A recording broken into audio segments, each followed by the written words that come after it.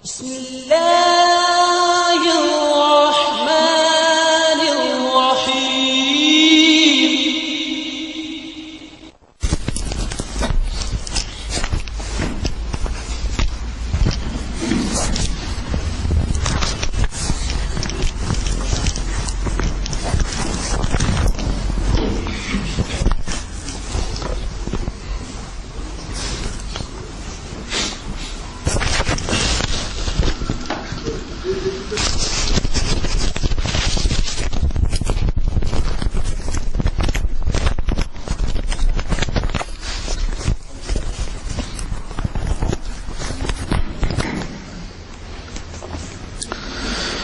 الحمد لله رب العالمين والصلاة والسلام على أشرف الأنبياء والمرسلين سيدنا وسيد الأولين والآخرين وعلى آله وأصحابه أجمعين. أما بعد فأعوذ بالله من الشيطان الرجيم. بسم الله الرحمن الرحيم. اعلموا أنما الحياة الدنيا لعب ولهو وزينة وتفاخر بينكم وتكاثر في الأموال والأولاد كمثل غيث أعجب الكفار نباته ثم يهيج فتراه مصفرا ثم يكون حطاما وفي الآخرة عذاب شديد ومغفرة من الله ورضوان وما الحياة الدنيا إلا متاع الغرور. وسارعوا إلى مغفرة من ربكم وجنة أرضها كأرض السماء والأرض أعدت للذين آمنوا بالله ورسله ذلك فضل الله يؤتيه من يشاء والله ذو الفضل العظيم. وقال عليه الصلاة والسلام إن الدنيا خلقت لكم وإنكم خلقتم للآخرة. وقال بعض الشعراء يا صاحبي لا تغترر بتنعمي فالعمر ينفد والنعيم يزول وإذا حملت إلى القبور جنازة فاعلم بأنك بعده محمول. وقال الآخر يا خادم الجسم كم تسعى في خدمته أتريد الربحة فيما فيه خسرانك. صدق الله العظيم وصدق رسوله النبي الكريم ونحن على ذلك من الشاهدين والشاكرين والحمد لله رب العالمين. رب اشرح لي صدري ويسر لي أمري واحلل عقدة من لساني يفقهوا قولي. رب زدني علما سبحانك لا علم لنا إلا ما علمتنا إنك أنت العليم الحكيم. اللهم إنا نعوذ بك من شرور أنفسنا ومن سيئات أعمالنا. اللهم إني أعوذ بك من شر نفسي ومن شر كل دابة أنت آخذ بناصيتها إن ربي على صراط مستقيم. وصلى الله وسلم وبارك على نبينا محمد وعلى آله وأصحابه أجمعين. میرے محترم بزرگوں، دوستوں اور بھائیوں، ہم سب جو کچھ سنتے ہیں یا دیکھتے ہیں اس سے ہم اسی وقت فائدہ اٹھا سکتے ہیں جب ہماری نیتیں صحیح ہوں. ہمارے سارے اعمال کا دار و مدار ہماری نیتوں پر ہے. ہماری سمجھ کا، بوجھ کا، صحیح نتیجہ اخذ کرنے کا دار و مدار بھی ہماری نیتوں پر ہے. جنہوں نے بری نیت سے اللہ کے رسول کو دیکھا وہ صحابی نہیں بنے، حالانکہ ان کو دیکھا. اور جنہوں نے بری نیتوں سے قرآن مجید کو پڑھا وہ گمراہ ہو گئے. اور جو بری نیتوں سے دین کی مجلسوں میں بیٹھتے ہیں ان کو فائدہ نہیں ملتا. آج کل مسئلہ یہ ہے کہ مسلمان اگر بد نیت نہیں تو بے نیت ہو جاتا ہے، کوئی نیت ہی نہیں کرتا. نیتوں کا بڑا دار و مدار ہے. اللہ تعالیٰ میری اور آپ سب کی نیت درست فرمائے اور اللہ تعالیٰ اس مجلس کے خیر سے ہم کو فیضیاب کرے اور اگر اس میں کچھ شر ہے تو اس سے ہماری پناہ عطا فرمائے.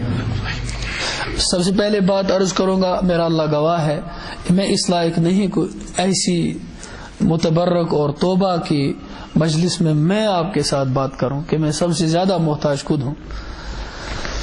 مجھے یاد آتا ہے کہ ایک بہت بڑے ولی گزرے ہیں، بصرہ میں رہتے تھے، حضرت مالک بن دینار رحمۃ اللہ علیہ. پہلے شرابی تھے. آپ صلی اللہ علیہ وسلم نے فرمایا تھا الناس معادن کا معادن الذهب والفضہ، لوگ سونے اور چاندی کی کانوں کی طرح ہوتے ہیں. اب سونے اور چاندی کی کان تو زمین میں چھپی ہوتی ہے، پتہ نہیں کتنے سونے اور چاندی کی کانیں یہاں ہیں. محنت نہیں ہوتی تو پھر بھٹک جاتے ہیں.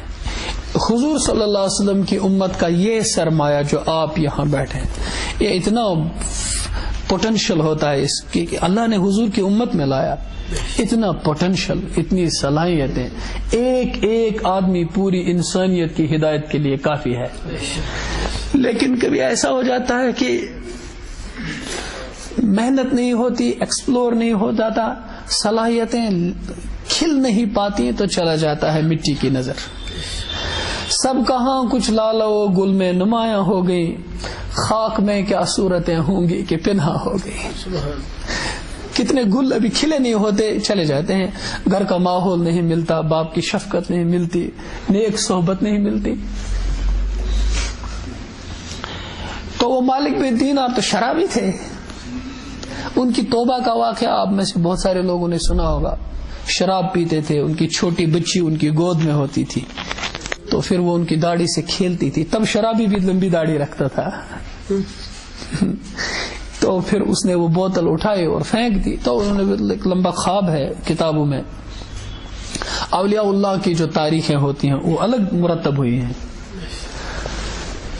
پھر وہ 20 سال تک بصرے میں رہے. یہ دو شہر ہیں، ایک بصرہ یہ سیریا میں ہے، ایک بصرہ یہ عراق میں ہے. تو جس دوران عباسی دور رہا، عباسی حکومت رہی 750 سال تک، 1258 تک عباسی رہے. اس دوران اولیاء صلحاء حکومتوں سے لا تعلق رہے اور بالکل ایک ریزگنیشن کا جیسا موڈ ان کا رہا کہ حکومتوں میں ان کے ایمان کے بڑے بڑے خطرات، ایسے موسم آتے تھے تو وہ لوگ اپنے کو بے تعلق رکھتے تھے. جب فتنے ہوں تو ایمان کی حفاظت بہت ضروری ہے.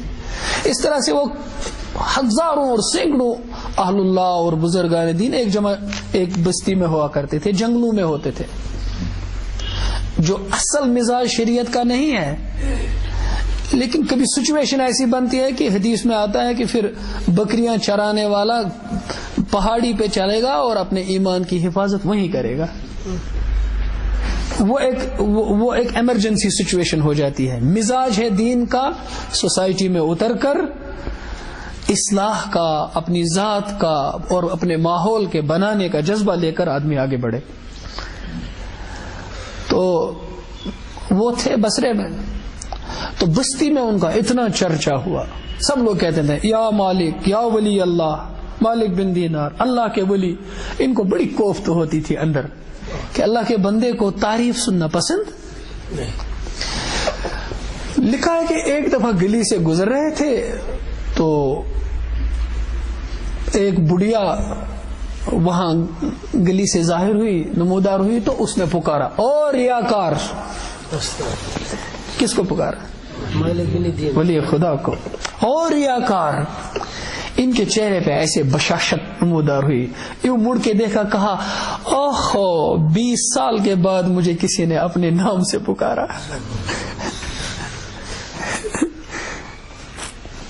وہ کہا کرتے تھے تم سمجھتے ہو یہ واز پڑھنا آسان ہے؟ بہت مشکل ہے. کسی کو نصیحت کرنا آسان ہے؟ بہت مشکل ہے. ان کے چہرے پہ بشاشت آئی کہ مجھے کسی نے اپنے نام سے پکارا. حضرت امام حسن بصری ایک دفعہ اپنی چھت پر رو رہے تھے، ان کے آنسو ٹپک رہے تھے. حضرت رابعہ اور رحمہ اللہ ادھر سے گزرے تو اوپر دیکھا حضرت حسن رو رہے ہیں. کہا ارے ریاکار، جب رونا ہی تھا تو اندر کیوں نہیں بیٹھے؟ ایسے لوگ ہیں. تو ان کی نیتیں صاف تھی، خالص تھی. اللہ ہماری نیتیں بھی خالص کرے. میرے بھائیوں، میرے دوستوں، میرے پیارے بچوں، ہم لوگ خود دنیا میں کہاں آئے ہیں؟ اپنی مرضی سے تو آئے نہیں. ام خلقوا من غیر شیء، تم خود ہی بنے ہو. ام ہم الخالقون، یا تم نے دنیا میں کسی چیز کو خود پیدا کیا ہے؟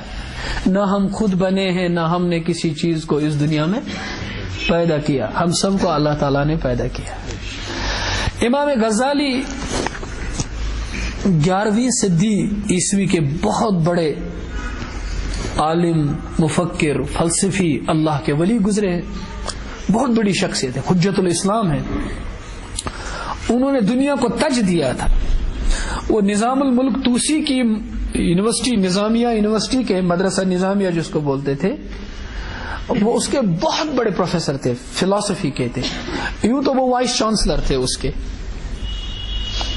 پھر جب ان کے دل کے اندر دنیا کی وقت کا احساس پیدا ہوا کہ یہ تو ہے ہی نہیں کچھ. لو كانت الدنيا عند الله تعدل جناح بعوضة ما سقى منه كافرا شربة من الماء او كما قال عليه الصلاة والسلام. اس دنیا کی وقت مچھر کے پر کے برابر بھی ہوتی تو بے ایمان کو پانی کا گھونٹ بھی نہیں ملتا. ان کو وقت آئی، قرآن مجید نے ان کو سمجھایا دنیا ہے ہی نہیں کچھ.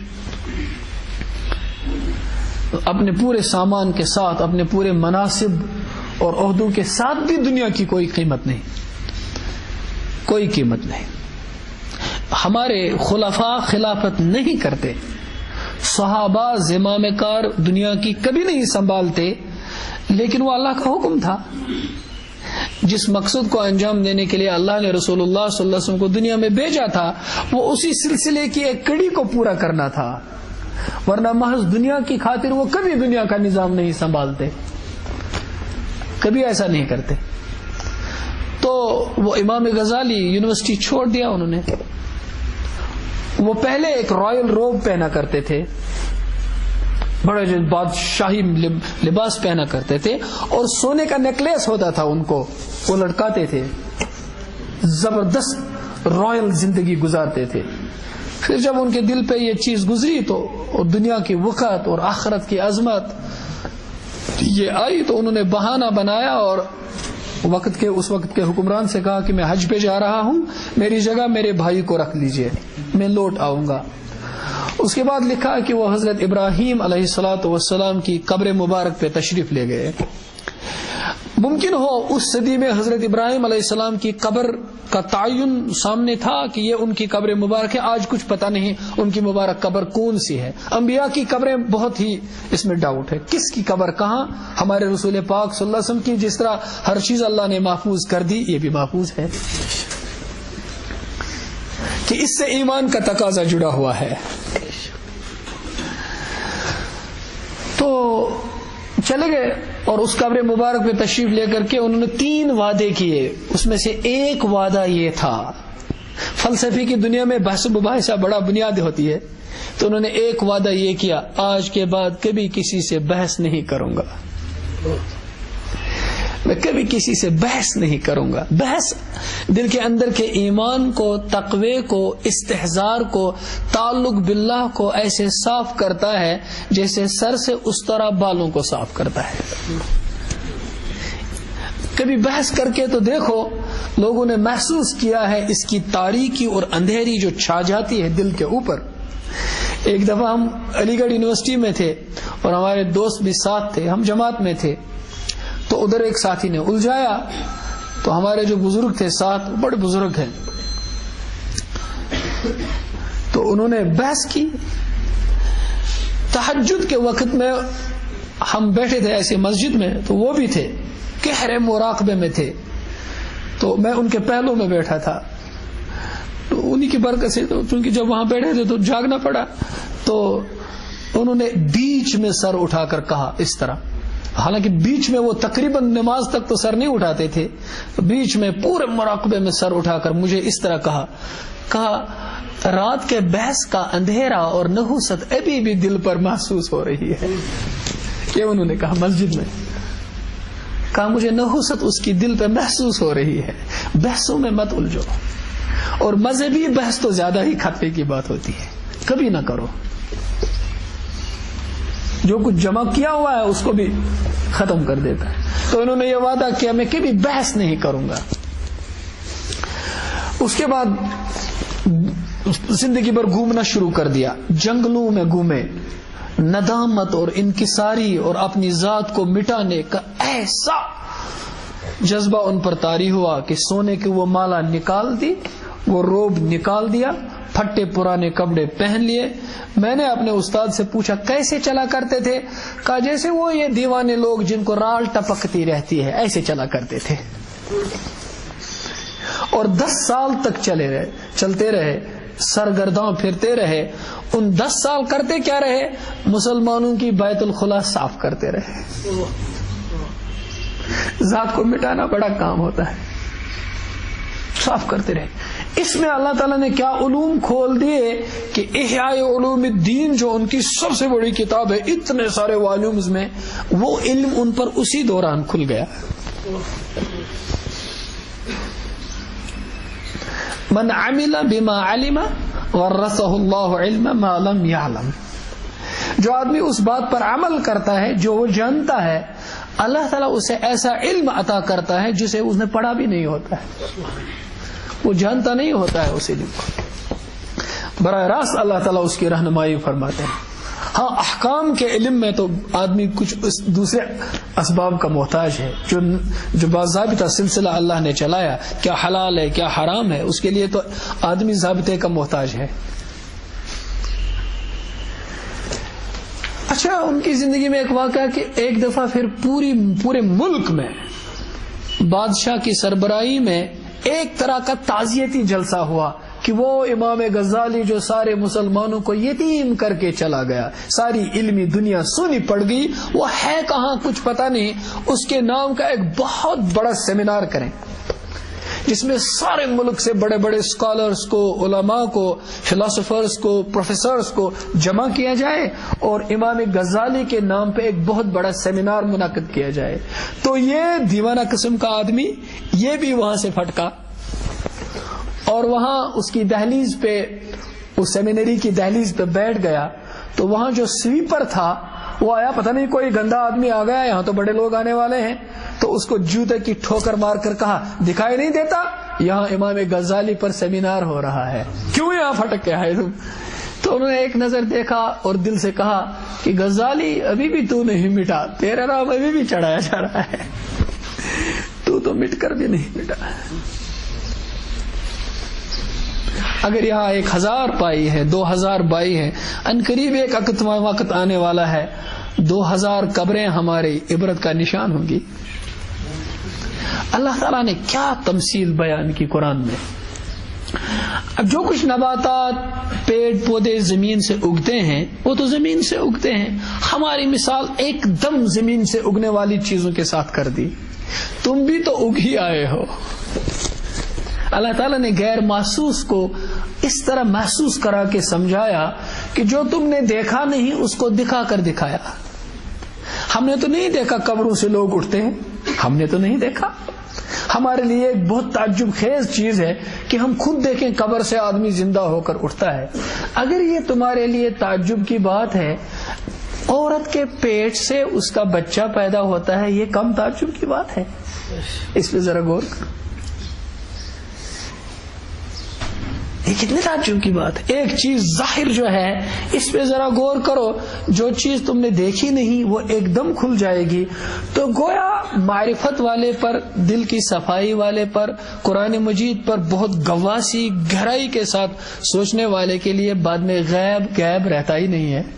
میں نہیں کہتا یؤمنون بالغیب کی قید ہٹ جاتی ہے, ایک دم پردے ہٹنے شروع ہو جاتے ہیں, ایک دم وہ دیکھنے لگتا ہے. حضرت علی کرم اللہ تعالی وجہ الوجیہ فرمایا کرتے تھے اگر سارے پردے ہٹ جائے ہمارے ایمان میں ذرہ برابر بھی اضافہ نہیں ہوگا, کہ ان کا ایمان تو منسکیول کو پہنچے پہلے ہی پہنچ چکا تھا, اس میں کیا اضافہ ہو جاتا ہے. کہتے کہ ہم نے جیسے دیکھا تھا ایسا یقین کیا تھا.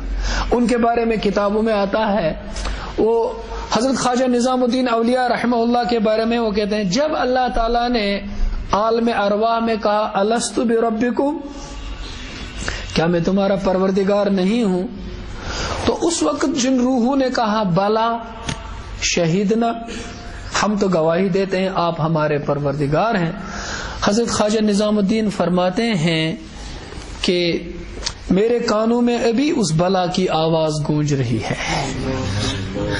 میں ابھی بتاؤں گا ایسا کیوں ہوتا ہے، وہ میں عرض کروں گا ابھی، آپ پریشان نہ ہو جائیں۔ اور حضرت علی کرم اللہ تعالی وجہ الوجہ فرماتے ہیں مجھے تو یہ بھی یاد ہے میرے دائیں بائیں کون تھا۔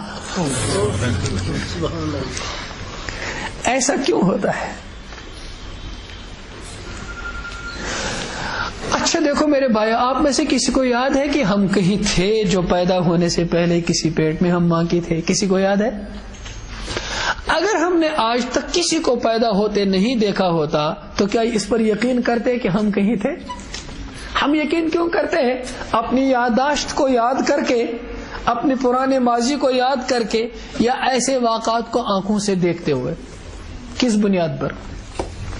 کہ ہم نئی چیزیں آنکھوں سے دیکھتے ہیں، لوگ پیدا ہو رہے ہیں یہ دیکھ رہے ہیں، اس لیے یقین کرتے ہیں ہم بھی ہوں گے کبھی جب پیدا نہیں ہوئے تھے۔ لم یکن شیئا مذکورا، جب ہمارا تذکرہ بھی دنیا میں نہیں ہوا تھا تو ہم تھے، اس پر یقین کیا، لیکن یادداشت کچھ نہیں، یادداشت کچھ نہیں۔ دنیا کے اندر کسی کو ایکسیڈنٹ ہو جاتا ہے، سر پہ چوٹ لگتی ہے تو ساری دنیا کی باتیں بھول جاتا ہے، اپنے باپ کو پہچان نہیں پاتا، ماں کو پہچان نہیں پاتا، کسی کو نہیں پہچان پاتا، یہ بھی یاد نہیں رہتا کہ میں کہاں تھا۔ تو ایک چوٹ سر پہ لگی کہ ساری زندگی کے واقعات بھول گیا۔ ہمارے دل اور ہماری روح پر اور ہمارے ضمیر پر دنیا نے ایسے چوٹ مارے ہیں، عالم ارواح کی باتیں کہاں یاد رہیں گی؟ وہ لوگ تو وہ تھے جن پر کوئی چوٹ ہی نہیں پڑی تھی۔ وہ بچپنے کی اتنی لطیف روح، وہ بچپنے کا اتنا صاف ضمیر، وہ بچپنے کا اتنا صاف آئینہ جو حضرت علی کرم اللہ وجہ الوجہ کو 10 سال کی عمر میں اللہ کا رسول سمجھ میں آ گیا، آپ ہی تو ہیں اللہ کے رسول۔ ایک دم اٹھ کے کہا اگر کوئی ساتھ نہ دے تو میں آپ کا ساتھ دینے کے لیے، اگرچہ میری آنکھیں دکھ رہی ہیں میں آپ کے ساتھ ہوں، اگرچہ میری ٹانگیں کمزور ہیں میں آپ کا ساتھ دوں۔ اپنی حیثیت کو نہیں دیکھا، نبی کی حیثیت کو پہچان کر اپنا وعدہ پورا کر لیا۔ وہ تو صاف تھے بالکل۔ آپ کبھی دوپہر کے وقت میں سورج دیکھ پاتے ہو؟ دوپہر کے وقت میں ایسے سورج دیکھو، اندھا ہونے کا خطرہ ہے، دیکھتے ہو؟ لیکن صاف پانی کے تالاب میں جا کر کے کہتے ہو وہ سورج ہے، حالانکہ سورج وہاں نہیں ہے، یہ سورج کا عکس ہے۔ آپ پانی میں دیکھتے ہو، پانی میں آپ سورج کو دیکھتے ہو، سورج کو براہ راست نہیں دیکھتے ہو۔ اس پانی میں پتھر مارو گدلا ہو جائے گا، پھر گدلے پانی میں سورج دکھائی دے گا؟ دکھائی دے گا؟ جب دل ہی گدلا ہو جائے تو اللہ کی معرفت کہاں سے آئے؟ دل ہی گدلا ہو، اللہ کی یاد، اللہ کا ذکر، اللہ کی معرفت، اللہ کی سوچنا، اللہ کی ہی دیکھنا، اسی کو سوچنا، دل صاف ہو جاتا ہے۔ یہ تو اللہ کے رسول صلی اللہ علیہ وسلم نے فرمایا ہر چیز پہ زنگ لگتا ہے، دلوں میں بھی زنگ لگتا ہے۔ جب زنگ آلود ہو جاتے ہیں نیتوں کا صحیح بننا بڑا مشکل ہو جاتا ہے، نمازوں میں وسوسے پیدا ہو جاتے ہیں، جو چیز کبھی یاد نہیں آتی نماز میں یاد آتی ہے، بری بری صورتیں آنکھوں میں آ جاتی ہیں جب آپ سجدے میں چلے جاتے ہو۔ یہ اس لیے ہوتا ہے کہ دل پر زنگ چڑھ جاتا ہے، اس زنگ کو انہی مجلسوں میں دور کیا جاتا ہے، اللہ تعالیٰ کی معرفت کو یاد کر کے اس کو کیا جاتا ہے۔ آپ صلی اللہ علیہ وسلم نے فرمایا کہ دل کا زنگ اللہ کے ذکر سے نکلتا ہے۔ اس ذکر کے بارے میں ضمنی بات یاد آ گئی، اب جو اللہ تعالیٰ ڈالتا ہے میں اسے پیچھے نہیں کرتا، چاہے اس کی ریلیونس یہاں ہو نہ ہو، تو جو وہ ڈال رہا ہے میں کہہ رہا ہوں، میں بھی محتاج ہوں۔ آپ صلی اللہ علیہ وسلم نے فرمایا ہر عمل اللہ تعالیٰ کے دربار میں پوچھنے کے بیچ میں ایک پردہ ہوتا ہے۔ آپ نے کوئی بھی اچھا عمل کیا، یہ اللہ کے دربار میں قبول ہوگا، لیکن ابھی اس کے اور اللہ کے بیچ میں ایک حجاب ہے۔ اس حجاب کے مطلب یہ ہے کہ ابھی تھوڑی دیر لگے گی، یہ عمل قبولیت کی صفات کی موجودگی میں قبول ہو جائے گا، اس عمل کے بعد قبولیت کے صفات پیدا کرنے ہیں، یہ عمل قبول ہوگا. لیکن آپ نے فرمایا 2 چیزوں کے لیے کوئی حجاب نہیں ہوتا، براہ راست قبول ہو جاتی ہیں، براہ راست. ایک ایمان کا کلمہ لا الہ الا اللہ محمد رسول اللہ، آپ نے دل کی صفائی اور اخلاص کے ساتھ اللہ کے معبود برحق ہونے کی گواہی دی تو اللہ تعالیٰ نے بغیر حجاب کے اس کو قبول کر لیا. اور دوسرا، باپ کی دعا اپنے بیٹے کے لیے، باپ جو دعا بیٹے کو دے وہ دعا بغیر حجاب کے قبول ہو جاتی ہے. آج باپ کو معلوم نہیں کون سی دعا دوں، اور بیٹے کو آتا ہی نہیں باپ کی دعا لے، پتہ نہیں کون سی دعا دوں. برونٹ اس بچ زبان دپان خدا بنائنس فاتح کن، گامن من یہ زبان عام، خدائے بنائنس فاتح کن، یعنی بڑا ہو جائے باپ کو دعائے مغفرت کا ذریعہ مل گیا، مغفرت کا دعا کرتا رہے گا. صدقہ جاریہ ہے دعا کرنے والا بیٹا، تو صدقہ جاریہ مل جائے گی. آج دعا مانگتے ہیں بچن گوس خدا بنے نزدیکل، بیٹا ہوا کمائے گا. اب جب کمانے کی نیت کر لی تو کمانے کی تربیت بھی کرنی پڑے گی. تربیت تو ہمارے پاس 2 قوتیں ہوتی ہیں، ایک قوت فکر، ایک قوت عمل. قوت فکر آپ کی سوچ اور نیت کا نام ہے، اور پھر آپ کریں گے کیا وہ آپ اپنی نیت کے مطابق ہی تو کریں گے. آپ اپنے مقصد کو جو آپ نے سوچ رکھا ہے اسی کو حاصل کرنے کے لیے ہی تو کوشش کریں گے. اب والدین نے، رشتہ داروں نے، پڑوسیوں نے، دوستوں نے، دادا جی نے، نانا جی نے، سب نے نیت بچے کے پیدا ہوتے ہی کر لی کہ اب کیا نام رکھیں، کیا کام چنیں. اب اس نیت کو بعد میں ریئلائز کرنے کے لیے، میٹیریلائز کرنے کے لیے پاپڑ بیلے جاتے ہیں اور ایسا ہی کام کرنا پڑتا ہے. جیسی نیت ویسا ہی پھر کوشش ہے. اب وہ آگے بڑا اس کو مادی ریس میں ڈال دیا، پھر وہ اسی انداز سے اس کی صلاحیتیں ابھر آتی ہیں. ایک بہت اچھا بیوروکریٹ پیدا ہو جاتا ہے، ایک بہت ہی اچھا تعلیم یافتہ آدمی پیدا ہو جاتا ہے، جس کو آج کل ہم تعلیم یافتہ کہتے ہیں، پڑھنے لکھنے والا آدمی پیدا ہو جاتا ہے. پھر معاشرے کو ایسے بہت سارے کام چلانے والے ملتے ہیں، لیکن مر گیا انسان اسی قبرستان میں دفن ہو گیا. اچھا انسان کہاں ہے؟ اچھا انسان کہاں ہے؟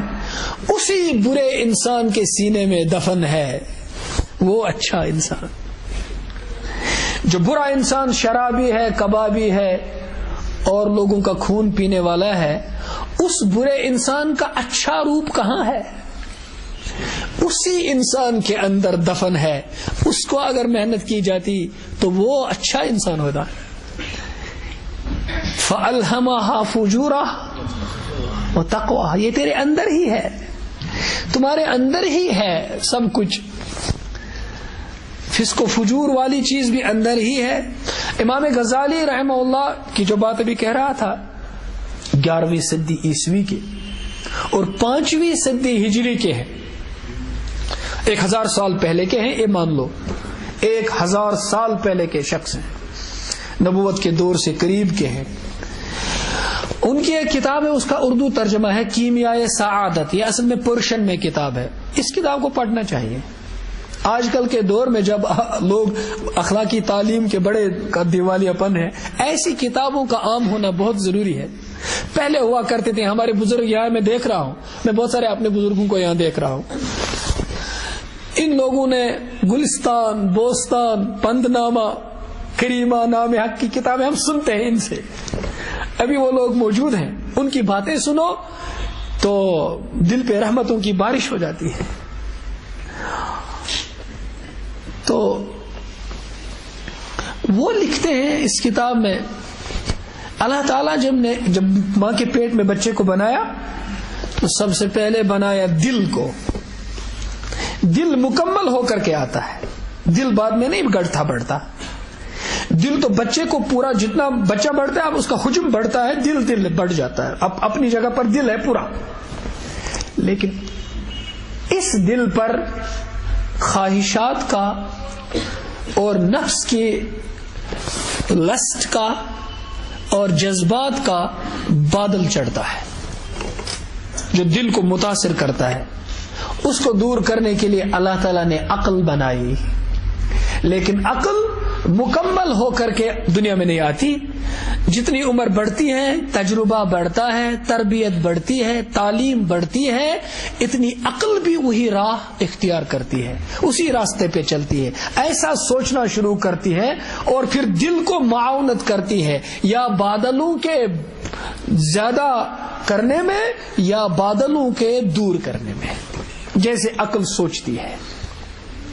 میں ذرا آپ کی مناسبت سے اور آپ کا مزاج کی رعایت کر کے ایک مثال دوں گا، اگرچہ میں اس طرح کی مجلس میں وہ مثالیں نہیں داخل کرتا.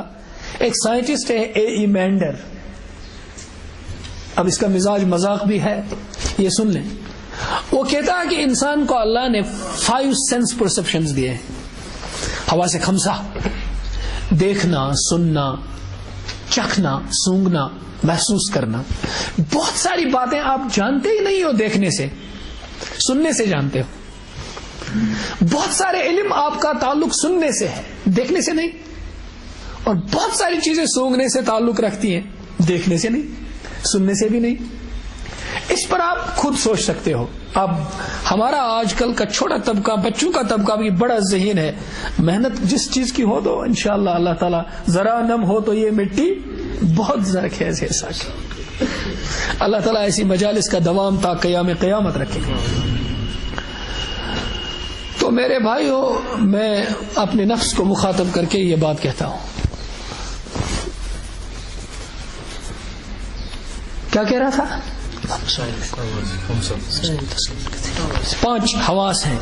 تو آپ دیکھتے ہو کہ میری اماں ہے، میری بہن ہے، یہاں تک کہ گائے بھی اپنے بچڑے کی آواز کانوں سے پہچانتی ہے. 100 بچڑوں میں سے ایک آواز مارے اس کا اپنا بچڑا تو وہ پہچانتی ہے. اتنی عقل اس کو بھی ہے کہ اس کا نظام اتنی عقل کے بغیر نہیں چلے گا، اس لیے اس کو اتنا شعور اللہ نے دیا ہے. مفتی محمد شفیع صاحب رحمۃ اللہ تعالی علیہ نے معرف القرآن میں لکھا ہے، اس کرسی کو بھی ایک شعور ہے، ورنہ میں کیسے بیٹھ پاتا اور یہ کیسے سہار سکتی. ایک شعور اس کو بھی ہے. وہ کہتے ہیں جمادات میں بھی شعور ہے، لیکن اس شعور کا اتنا کم حصہ ہے کہ ہم کو احساس نہیں ہوتا. آپ نے تو پڑھا ہوگا نا، infrared radiations, ultraviolet radiations ایسی موجود ہیں لیکن ہم کو ادراک نہیں. تو یہ ممکن ہے کہ بہت ساری موجود چیزوں کا ادراک آدمی کو نہیں ہو سکتا ہے. ان کے موجود ہونے کا انکار نہیں کر سکتے، وہ تو موجود ہیں، لیکن ہم ان کو پروو بھی نہیں کر سکتے اسٹریٹ فارورڈلی. تو انہوں نے کہا یہ 5 حواس ہیں، یہ کام کرتے ہیں جب عقل ساتھ ہو.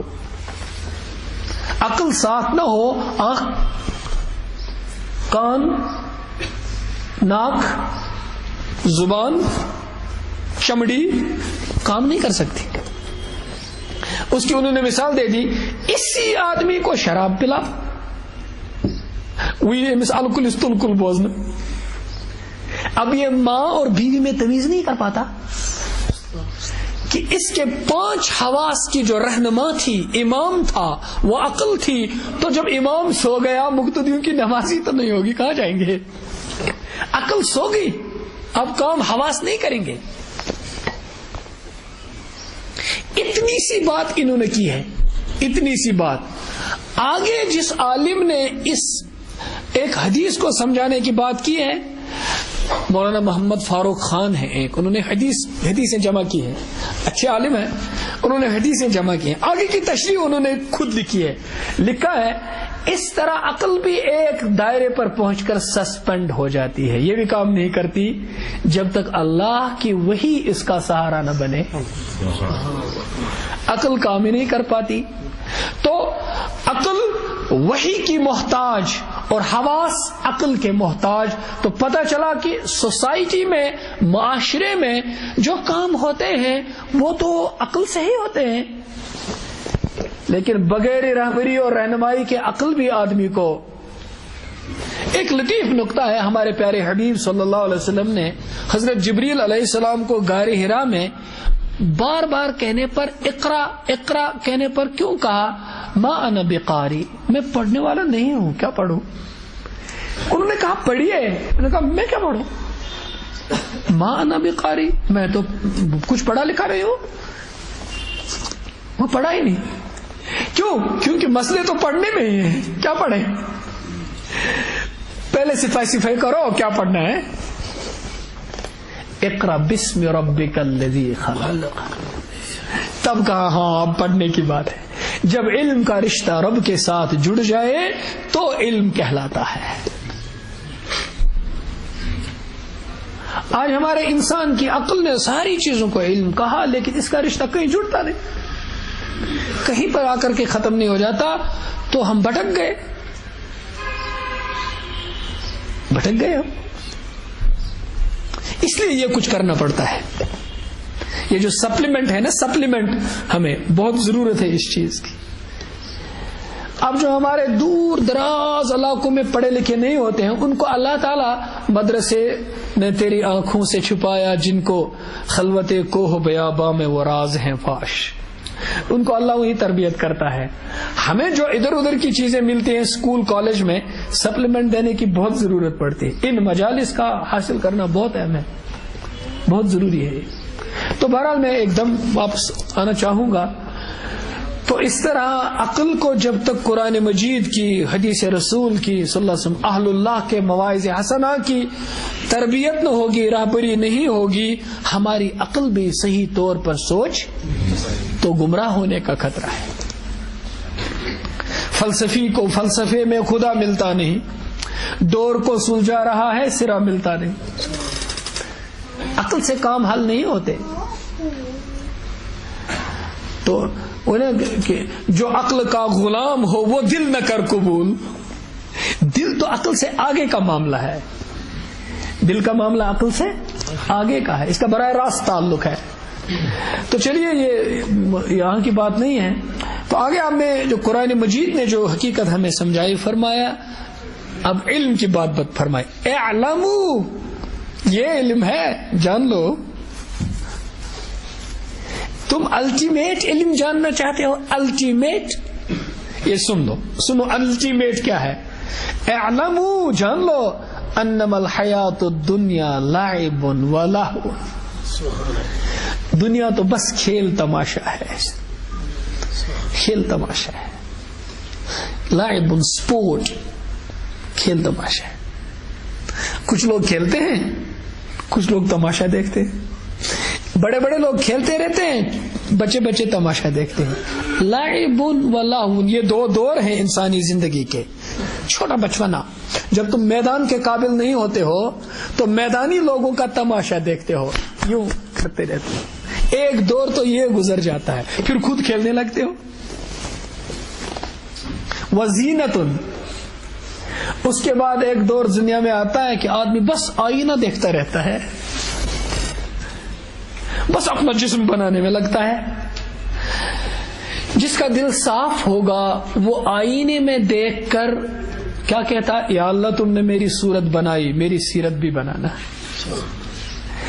اور جب دل کی نیتیں بری ہوں تو جتنی دیر آئینہ دیکھے اتنی دیر گناہ کما رہا ہے، کہ گناہ کی سوچ رہا ہے کہ جب میں نکلوں گا مجھے کون دیکھے گا، میں کیسا دکھوں گا، مجھے ایسے بننا ہے، ایسے بننا ہے. تو بناؤ اپنے رب کے لیے، اپنے کو بناؤ. تو یہ بناتا ہے کسی اور کے لیے اپنے کو، کہ نیت سے آئینہ کے دیکھنے میں بھی اس کی حرکتیں بدلتی رہیں گی. براہ راست اندر کا اثر اس کے باہر پر پڑتا ہے. پھر لوگ اپنے کمروں میں بھی ویسا ہی آئینہ رکھتے ہیں جیسا وہ اپنے کو دکھانا چاہتے ہیں. وہ زینت، ایک دور تو تمہارا زینت کے پیچھے چلا گیا. اسی پر عرب شاعر نے کہا ہے، یا خادم الجسم کم تسعى فی خدمته، اے جسم کو سجانے والے تم اس جسم کی خدمت کرتے کرتے کتنا تھکاؤ گے اپنے آپ کو. تم تھکتے رہو گے. طرح طرح کے سوپس ہیں, طرح طرح کے شیمپو ہیں, طرح طرح کے لوشن ہیں, کس کس قسم کے فیشن ہیں, کس کس قسم کے کپڑے ہیں. کیسے کیسے تم اپنے آپ کو سجاؤ گے دوسروں کو خوش کرنے کے لیے, مخلوق کے دل کے اندر اپنی جگہ بنانے کے لیے. اس زینت کے پیچھے تم کتنا سرمایہ ختم کر دو گے. اتريد الربح فيما فيه خسرانك, تم ایسی تجارت میں اپنا سرمایہ لگاتے ہو جس کا راس المال بھی ختم اور فائدہ بھی ختم, گھاٹا ہی گھاٹا. جس جسم کو بنایا وہ بھی گل سڑ جائے گا, جو سرمایہ اس پہ صرف ہوا وہ بھی تو گل سڑ جائے گا. اس کے بیچ میں تو بعد میں کچھ کمانے کی بات ہے. وزینت, پھر اب آ گیا, اب تو جوان ہو گیا, اب تو شادی ہونے والی ہے,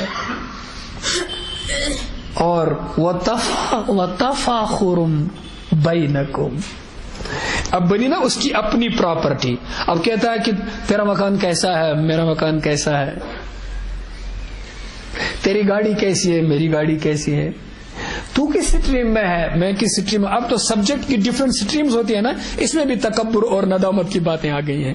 ایک سٹریم ہے تو آدمی کہتا ہے میں چھوٹی سٹریم کا ہوں, آگے بڑی سٹریم ہے تو اس کا مستقبل دیکھ کر کہتا ہے کہ میں تو بڑی سٹریم کا ہوں. وہی حسین سپنے, کسی کے حسین سپنے دیکھنا شروع کر دیتا ہے کہ میں اس سٹریم میں ہوں, میرا فیوچر یہ ہے.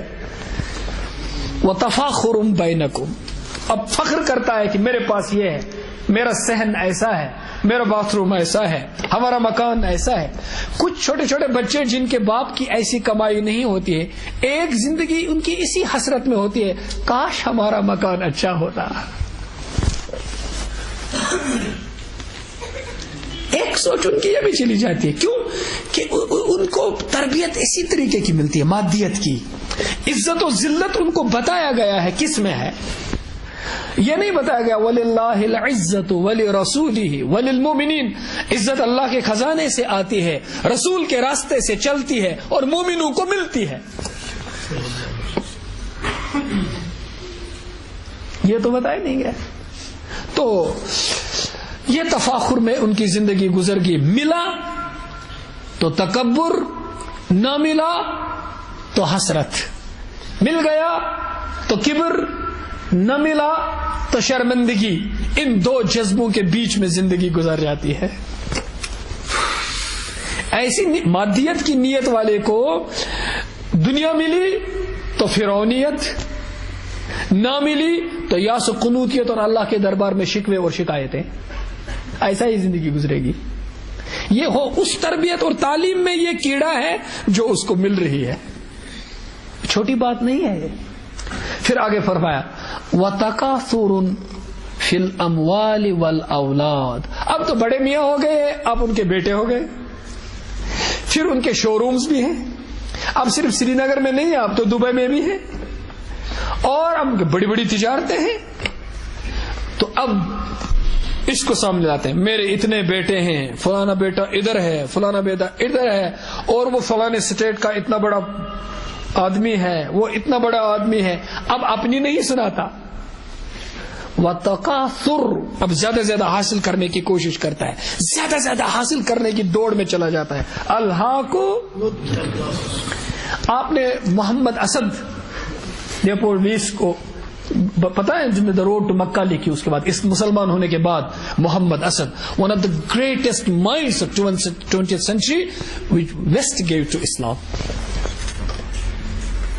یورپ سے 20ویں صدی میں جو بہت بڑا دماغی سرمایہ, ذہنی قوت مسلمانوں کو جو ملی, وہ ان میں سے ایک محمد اسد ہے. وہ مسلمان ہو گئے. وہ لکھتے ہیں کہ میں ایک جگہ تھا, میرے دوست نے, ابھی کلمہ نہیں پڑھا تھا, میرے دوست نے مجھے قرآن مجید کی ایک کاپی دے دی, عبداللہ یوسف علی کی. تو میرے ٹیبل پہ میں نے قرآن کھول کے رکھا, اور اس ٹیبل کے اس بالا خانے سے, اس ہوٹل کے, میری بیوی میرے ساتھ تھی, جس کے بعد میں پولا حمیدہ نام رکھا. تو وہ ہم دیکھ رہے تھے, اتنی ہسل اینڈ بسل بازار میں لوگوں کی تھی. تو میں نے اپنی بیوی سے بھی کہا اور سوچ رہا تھا یہ لوگ کہاں سے آتے ہیں, کدھر جاتے ہیں, کیوں اتنا رش ہے لوگوں کا. ہم کہیں سفر پہ گئے تھے, واپس آئے تو اس ہوٹل کی کھڑکی سے ہوا تیز آئی تھی, اس نے قرآن مجید کے اوراق کو الٹ پھیر کر دیا تھا.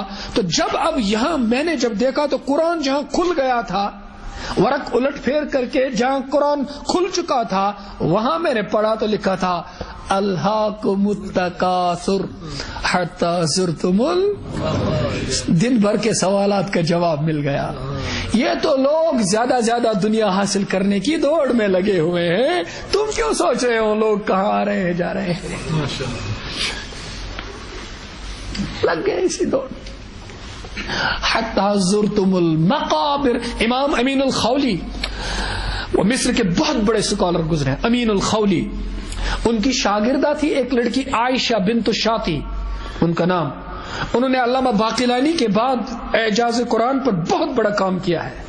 ہماری بیٹیوں میں کتنی صلاحیتیں ہوتی ہیں, بہت بڑا کام کیا ہے. انہوں نے اپنی کتاب میں لکھا ہے کہ قرآن مجید کے معجزات میں سے ایک معجزہ یہ ہے کہ عربی کے قواعد اور مذاق کے مطابق یہاں ہونا چاہیے تھا حتی زرتم القبور, لیکن قرآن نے کہا حتی زرتم المقابر. اس پہ تو چیخ نکلنی چاہیے, یہ کتنا بڑا معجزے کا لفظ ہے. قبور نہیں کہا, مقابر کہا. زرتم المقابر. اب قبور تو اندر کی قبر کو بولتے ہیں, مقابر تو اوپر کی نشانات کو بولتے ہیں. ذرا ان کو دیکھو. کہتے ہیں کلندر کی کسی نے بڑی پوٹلی ان کی تھی پیسے کی, وہ چرائی,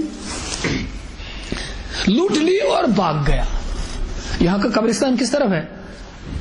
اس گاؤں محلے کا قبرستان کس طرف ہے؟ چلیے مان لیجیے ادھر قبرستان قبلے کی طرف ہے. اب وہ چور بھاگا اس طرف, چور تو بھاگ گیا. یہ جو ہیں کلندر صاحب یہ بیٹھے ادھر دوڑ رہے ہیں, بھیگے ادھر. تو کسی نے کہا ارے دانا قسم کے, وہ تو ادھر بھاگا, دوڑو پکڑو, یہاں قبرستان میں کیوں بیٹھے ہو؟ انہوں نے جواب دیا لوٹ کے تو یہی آنا ہے, میں یہی انتظار کروں گا. اختتام سفر تو ہونے ہی والا ہے کتنی زندگی, پھر کہاں جائے گا؟ تو کیوں نہ وہاں انتظار کرو جہاں بعد میں پہنچنا ہی ہے. ہم کہتے ہیں نا کبھی حج میں اپنے ہمارے کہتے ہیں جو جاتے ہیں, کبھی اپنی اہلیہ سے کہتے ہیں اگر بچھڑ گئے تو یہاں پہنچنا میں یہی رہوں گا. تو ہم سب لوگ اگر بچھڑ گئے تو ایک جگہ تو جمع ہونا ہی ہے, وہیں ملیں گے. اب جہاں ملنا ہی ہے چلو سفر اسی طرف کریں. اب بتائیے کیا کہہ رہا تھا, کہاں تھا؟ وَتَكَاثُرٌ فِي الْأَمْوَالِ. اب تم یہ کہہ دو, اب یہ ایک دور اور آتا ہے زندگی کا. اب اللہ نے کہا دیکھو اس کی مثال میں تم کو بتاؤں, وہ تمہارا کھیلنا, تمہارا تماشا دیکھنا, تمہارا ایسے بالوں کو سنوارنا اور اپنے بچپنوں کو زینت بنانا, اس کے بعد تمہارا جوانی میں فخر کرنا, اس کے بعد تمہارا بیٹے والا ہونا اور مال والا ہونا اور اس کو زیادہ زیادہ بڑھانے کی فکر میں لگنا. سن لے, سن کمثل غیث, سن تیری مثال کیا ہے. یہ سمجھ لے کہ آسمان سے بارش برس رہی ہے. اب دیکھ اس کا چٹکی میں صفایا, آسمان سے بارش ہو رہی ہے.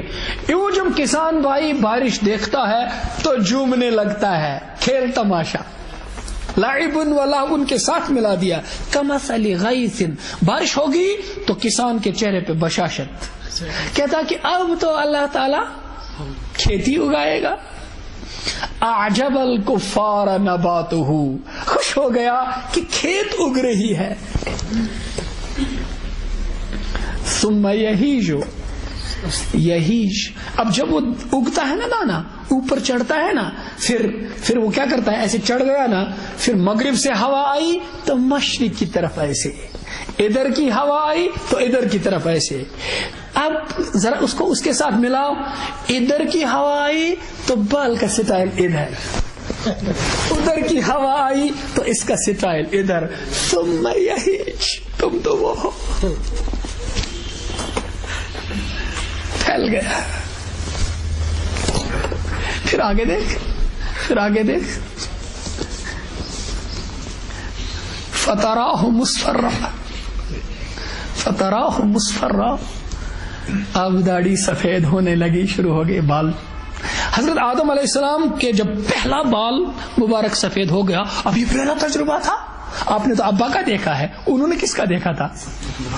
تو پہلا بال سفید ہو گیا. یا ربی ما ہذہ، پروردگارا یہ کیا ہے؟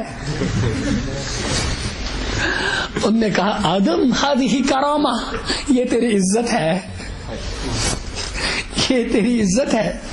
ہذہ کرامہ، یہ تیری بزرگی ہے. انہوں نے کہا ربی زدنی کرامہ، ربا میری بزرگی بڑھا دے. ہم تو اس پہ کچھ اور چڑھاتے ہیں، تو دھوکے میں کیوں پڑتا ہے؟ اپنی کرامت کو بڑھا. لوگ بوڑھے ہو کر بھی اپنے کو دھوکہ دیتے، میں ابھی بوڑھا نہیں، میں بوڑھا نہیں، یہ دیکھ میں کون ہوں.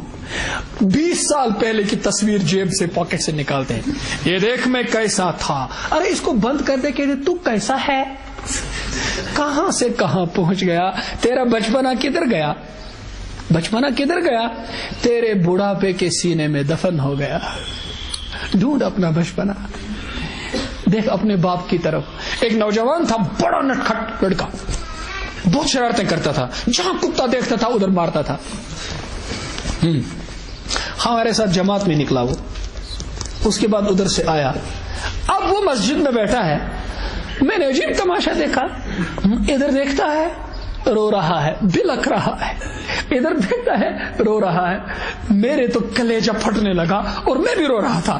پھر میں نے ادھر چڑھ کر میں نے اس سے کہا تم کیوں رو رہے تھے اس طرح؟ عجیب سی بات، ادھر دیکھتے تھے رو رہے تھے، ادھر دیکھتے تھے رو رہے تھے. کہا میں آپ کو بتاؤں گا، کسی اور کو نہیں بتاؤں گا. وہ جو میں نے وہ میرا باپ ہے. ہمارے گھر میں اس کی جوانی کی تصویر ہے، اور ایسی تصویر کہ موٹے تازے ہیں اور ان کے بال اوپر کے ہیں، ان کا سٹائل، چھوٹی چھوٹی داڑھی ہے اور ان کے پٹھے مضبوط دکھائی دیتے ہیں، ورزشی جسم ہے ان کا. آج میں دیکھ رہا ہوں میرے باپ کا چہرہ اداس اور کمزور ہو گیا ہے، میرا کلیجہ کٹ رہا ہے. ایسا بیٹا جس کو اپنے باپ کا چہرہ دیکھ کر رونا آتا ہے. آج تو ایسے بیٹے پیدا ہو رہے ہیں جو اپنے باپ کو تھپڑ مارتے ہیں اور اپنی زندگی بنتے دیکھ رہے ہیں اور کہتے ہیں میرا باپ کباب میں ہڈی ہے. چلو اپنی زندگی الگ بسائیں. یہ بڈھی اور بڈھیا اور بڈھا کباب میں ہڈی ہو گیا. اب ڈر ہے کہ یہاں بھی وہ اولڈ ایج ہومز نہ بنے. آپ بناتے نہیں، ہم چھپے چھپے نفاق کے شکار ہو گئے ہیں. یہاں اولڈ ایج سینٹرز بناتے نہیں، لیکن ہر گھر میں وہ بیچارے الگ تھلگ پڑ گئے ہیں. کیوں؟ آپ صلی اللہ علیہ وسلم نے فرمایا کاش میری ماں ہوتی، کاش میری ماں ہوتی اور میں نماز پڑھتا ہوتا اور پھر میں اپنے رب سے راز و نیاز کرتا ہوتا. حضرت علی کرم اللہ تعالی وجہ الوجہ فرماتے ہیں جب میں تلاوت کرتا ہوں تو میرا رب مجھے اپنا کلام سناتا ہے، اور جب میں نماز پڑھتا ہوں تو میں اپنے رب کو اس کا کلام سناتا ہوں. تو آپ نے فرمایا میں نماز پڑھتا ہوتا، اپنے رب سے سرگوشی کرتا ہوتا، اور میری اماں بولتی محمد، میں نماز وہیں چھوڑ کر کہتا اماں میں حاضر ہوں، اماں میں حاضر ہوں. حضرت سعد بن معاذ بڑے صحابی ہیں رضی اللہ تعالیٰ عنہ، انصار کے سردار ہیں. حضرت سعد بن معاذ اولین دور کے حضرت مصعب بن عمیر رضی اللہ تعالیٰ عنہ کے ذریعے سے مسلمان ہو گئے ہیں. حضرت سعد بدری صحابہ ہے، بدر کے صحابہ کو مغفرت ہے. یہ بدری صحابہ، حضرت ابھی ٹائم ہے، یہ بدری صحابہ ہے، بدری بدر میں لڑے ہیں، ان کا انتقال ہو گیا. اب اللہ کے رسول صلی اللہ علیہ وسلم اور سارے صحابہ جنازہ ہو رہا ہے. آپ صلی اللہ علیہ وسلم پنجوں پہ چل رہے ہیں. عرض کیا گیا یا رسول اللہ صلی اللہ علیہ وسلم آپ جنازے میں پنجوں کے بل کیوں چل رہے ہیں؟ فرمایا سعد کے جنازے میں 70,000 فرشتے تشریف لائے. یہ سعد ہے. اب اللہ کا حبیب جنازہ پڑھا رہا ہے، سارے صحابہ جنازے میں، 70,000 فرشتے. ترمذی میں یہ واقعہ ہے، 70,000 فرشتے جنازے میں ہیں اور حضرت سعد کو قبر میں ڈالا گیا. اور آپ نے فرمایا ہائے افسوس، حضرت سعد کی قبر تنگ ہو گئی. کس کی قبر تنگ ہو گئی؟ مجھے بھی تو قبر میں جانا ہے اور آپ نے بھی تو جانا ہے. کہا سعد کی قبر تنگ ہو گئی. ہم نے تو کبھی قبر کے بارے میں سوچا ہی نہیں ہے، مکان کے بارے میں بہت سوچتے ہیں. مکان میں بھی تو رہنا ہے اور قبر میں بھی تو رہنا ہے. ادھر تھوڑی دیر کے لیے، ادھر بہت دیر کے لیے. ادھر بھی بعد میں نہیں رہنا، وہ بھی ہمارا گھر نہیں. تو تنگ ہو گئی. ادھر تو لکھا ہے کیا بات ہے ہوئی. کہا کہ آپ تو مویشی پالتے تھے، گلابانی کرتے تھے، بیڑ بکریاں پالتے تھے. اب جو آدمی بیڑ بکریاں پالتا رہے تو کبھی بیڑ بکریاں پیشاب بھی کرتے ہیں، کبھی پیشاب کی چھینٹیں اتنی کم اٹھتی ہیں دکھائی نہیں دیتی. اگر سورج کی تھوڑی سی کرن ہو تو اس کرن کے اندر وہ دکھائی دیتی ہیں. وہ اتنی تھوڑی ہوتی ہیں، کپڑے پہ بھی دکھائی نہیں دیتی. وہ ویسے بھی معاف ہوتی ہے. ہمارے علماء فرماتے ہیں وہ ایسی چھینٹیں معاف ہوتی ہیں. وہ کبھی ان کو لگی تو اس کا خیال نہیں رہا. تو کہا کہ ان چھینٹوں کی وجہ سے کمر تنگ ہو گئی. اب یہ پڑا ہے. ایک جگہ ایک اور وجہ ہے موجود، ایک جگہ ایک اور وجہ. اس کی وجہ لکھی ہے. ایک اور وجہ ہے کہ ان کو ایک دفعہ بیوی نے کسی کام کے لیے پکارا، ماں نے بھی کسی کام کے لیے پکارا، تو پہلے وہ بیوی کی پکار پہ گئے اور ماں کی پکار کو دوسرا نمبر دے دیا، اس لیے قبر تنگ ہو گئی. لیکن وہ تو زیادہ ہوتا ہے، کیونکہ پیشاب سے دوسری حدیثوں میں بھی آتا ہے کہ پیشاب کی چھینٹوں کا خیال نہ کرنے سے قبر تنگ ہو جاتی ہے. اور آپ نے اس کا علاج فرمایا. کہا اس کا علاج ہے، تم قبر کے عذاب سے بچ جاؤ گے. بالکل علاج ہے اس کا. وہ یہ کہ تم سونے سے پہلے رات میں سورہ ملک کی تلاوت کیا کرو، قبر کے عذاب سے تو انہا منجیہ. حضرت علی فرمایا کرتے تھے رضی اللہ عنہ، جب سے میں نے اپنے پیارے حبیب سے یہ سنا کہ سورہ ملک سے قبر کا عذاب دور ہو جاتا ہے، میں نے تب سے اس سورت کو کبھی ناگا نہیں کیا، چھوڑا نہیں. کسی نے کہا حضرت جب جنگ صفین میں آپ تھے، وہ جنگ صفین کیا تھا اس کی تفصیل میں یہاں نہیں بتاؤں گا. کہا وہ اس رات میں آپ لڑتے رہے تو اس کا کیا ہوا؟ کہا ارے اللہ کے بندے، گھوڑے کی پیٹھ پر پڑا، گھوڑے کی پیٹھ پر پڑا، سورہ ملک پڑھتا رہا، اس کو نہیں چھوڑا. یہ قبر کے فتنے سے نجات دے گا. ہاں تو ایسے فتنے ہیں جن میں ہم ہیں. حضرت ابن عباس رضی اللہ تعالی عنہ فرماتے ہیں کہ نزل جبرائیل علیہ السلام علی رسول اللہ صلی اللہ علیہ وسلم. ایک دفعہ تشریف لائے حضرت جبریل علیہ السلام آپ صلی اللہ علیہ وسلم کی خدمت میں، اور پھر کہا فتنے ظاہر ہوں گے. اور فتنہ کسے بولتے ہیں؟ جس کے اندر، جس سچویشن میں آدمی کا ایمان خطرے میں پڑے گا، وہ فتنہ ہے. آج کل فتنے ہی فتنے ہیں. نظر کا فتنہ، نظر کا بہت خطرناک فتنہ ہے. سارے فتنے تو نظر کے ہیں، یہ بھی فتنہ ہے. اس کے بیچ میں ایک بات ہے، میں ڈائگریشن لے رہا ہوں لیکن اب میں اسے ڈائگریشن نہیں سمجھ رہا ہوں، میرے پاس وقت بھی کم ہے، کہیں اور پہنچنا ہے ایک اس اور مجلس میں. ایک جگہ ایک صاحب نے لکھا ہے کہ جو آدمی نظر بچائے گا اس کے لیے ایک وعدہ تو طے ہے، اور وہ وعدہ خلاف نہیں ہوگا. وہ یہ کہ اس کی موت ایمان پر ہوگی. اور اس کی وجہ بھی بتائی ہے، دلیل کم نہیں دی ہے، ایک بڑی وجہ بتائی. فرمائی کہ اللہ تعالی کا ضابطہ ہے، ایک آدمی بازار نکلا اور وہ کہتا ہے کہ میں فلاں خوبصورت شکل، ہماری پیاری بیٹی کی بھی کہے گی کہ میں شکل دیکھوں گی کسی پرائے مرد کی، اور لڑکا سمجھے گا کہ میں کسی کی ماں بہن بیٹی کی شکل دیکھنا چاہتا ہوں، تو وہ اس سے دل کے اندر لذت محسوس کرے گا. اب اسے اللہ کا خوف کہتا ہے یغضوا من ابصارہم قل للمؤمنین یغضوا من ابصارہم. ارے مومنو آنکھیں نیچے رکھو. تو یہ کہتا کہ نہیں اٹھاؤں گا، ایک کشمکش اندر پیدا ہو جاتی ہے. وہ کہتا کہ اٹھا لے، اس میں مزہ ہے.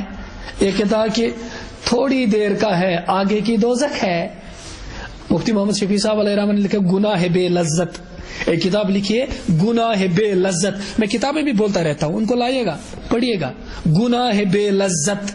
گناہ بے لذت کب ہوتی ہے؟ جب آدمی کر چکا ہوتا ہے، تب کتنا پچھتاوا. تو اب یہ کشمکش ہوگی تو اس نے روک دیا اپنے کو اور نہیں دیکھا، نظر نیچے کی، تو اس کے اندر زلزلہ ہو گیا. تو انہوں نے کہا جب کسی ملک میں زلزلہ، ہمارے حضرت ابھی فرماتے تھے زلزلہ، تو جب زلزلہ ہو جاتا ہے تو اس ملک کی توڑ پھوڑ ہو جاتی ہے، بلڈنگیں گر جاتی ہیں. تو اس شہر کا، ملک کا بادشاہ یہ ذمہ داری رکھتا ہے کہ اب میں ریکنسٹرکٹ کروں گا اس شہر کو. تو وہ سیمنٹ بیچتا ہے، وہ آئرن بیچتا ہے، وہ مستریوں کو ساتھ بیچتا ہے، وہ سب میٹیریل بیچتا ہے تاکہ یہاں ریکنسٹرکشن ہو جائے. یہاں ڈسٹرکشن ہو چکا ہے، یہاں پھر تعمیر نو ہو جائے. تو وہ اس کی ذمہ داری ہے. اب تیرے دل کے اندر اللہ کے حکم نے زلزلہ کر دیا، تم نے نظر بچائی تو اندر تیری خواہشات کا اور حکم خدا کا اور خوف خدا کا ٹکراؤ ہوا اور زلزلہ ہو گیا. دل کی تمنائیں چور چور ہو گئی، جوانی کی سرمستیاں ٹوٹ گئی، تو اندر زلزلہ ہو گیا. اب اللہ کہتا ہے کیا بادشاہ اپنے ٹوٹے پھوٹے شہر کو ریکنسٹرکٹ کرے؟ میں تیرے ٹوٹے دل کو ریکنسٹرکٹ کرنا نہیں جانتا، میں نہ کروں، میں تو بادشاہوں کا بادشاہ ہوں. تو انہوں نے کہا اب ریکنسٹرکشن کے لیے کیا میٹیریل آتا ہے اس مومن کے دل کے لیے، اس جوان کے دل کے لیے؟ تو کہا اب اللہ ڈالتے ہیں اس کے دل کے اندر اپنی معرفت کا میٹیریل، اپنی معرفت، اپنی پہچان، اپنا تعلق، اور ایسی لذت. شام کو کہتا ہے واہ واہ شکر اللہ کا، میں نے بچا لیا اپنے کو. اب جو نماز میں لذت آئے گا تو ایک دن میں نعمت جو دنیا میں ملے گی نظر بچانے سے، وہ اس رات میں تہجد پڑھنے کی توفیق ملے گی. کہتے ہیں تہجد کی توفیق کس کو ملے؟ جو دن میں نظر بچائے، جو دن میں نظر بچائے. جس کی آنکھ نہ بچے وہ تہجد نہیں پڑھ سکے گا. اور آخر میں کیا ہوگا؟ موت ایمان پر ہوگی. کیا کیوں؟ کہا ان المعرفت اذا دخلت قلبا لا تدخل منه ابدا. کہ معرفت کی یہ صفت ہے، جب ایک دفعہ کسی دل کے اندر گھس جاتی ہے تو آخری دم تک اس دل سے نکلتی نہیں. اب نظر بچانے پر معرفت آ گئی، اللہ کی محبت آ گئی، اب یہ محبت موت تک دل سے نکلے گی. ایک کشمیری شعر سنو شیخ العالم کا کہ اس کے بغیر تو میرا جی ہی نہیں کرتا. انہوں نے ایک جگہ کہا ہے صاحبو لاگئی والوشی، والوش کس لاگا تاکہ رٹن خدا اس کیا والوش لاگو. صبح پاس ٲخرس لاگے دلچ والوش، دل تھاوے بہ ژے برونٹ کن آیتن ویت میں دلس مز، کیا میں نے اغیار سے دل کو خالی، ہر تمنا دل سے رخصت ہو گئی، اب تو آ جا، اب تو خلوت ہوگی. تو دل سے یہ ساری شکلیں نکال دو. لیکن صاحبو لاگئی والوشی، میں سچونی اوشی آؤ کہ مجھے تیرا شوق ستا رہا ہے. اب میں نے ساری دنیا سے محبت کی، سب نکلی نکلے، اب میں تیرے سے محبت کرنا چاہتا ہوں، سب کو چھوڑ دیا، اب مجھے تو اپنا بنا. یمو ژے پتہٕ دۄہ کوٚر نٲشی تِہُنٛدُے بنیاکھ ٲشی ناو. یمو ژے پتہٕ دۄہ کوٚر نٲشی، دۄہ کے معنی ہے جوانی، جنہوں نے ساری جوانی تیرے پیچھے لگا دی، تیرے دین پہ لگا دی، تجھے چاہا ساری زندگی اور جوانی میں تیری معرفت حاصل کی. تہندی بنیاک عٲشی ناو. عٲش ناو گو سُے یُس وقت وز عٲش کرنائے، یُس مصیبت وز عٲش.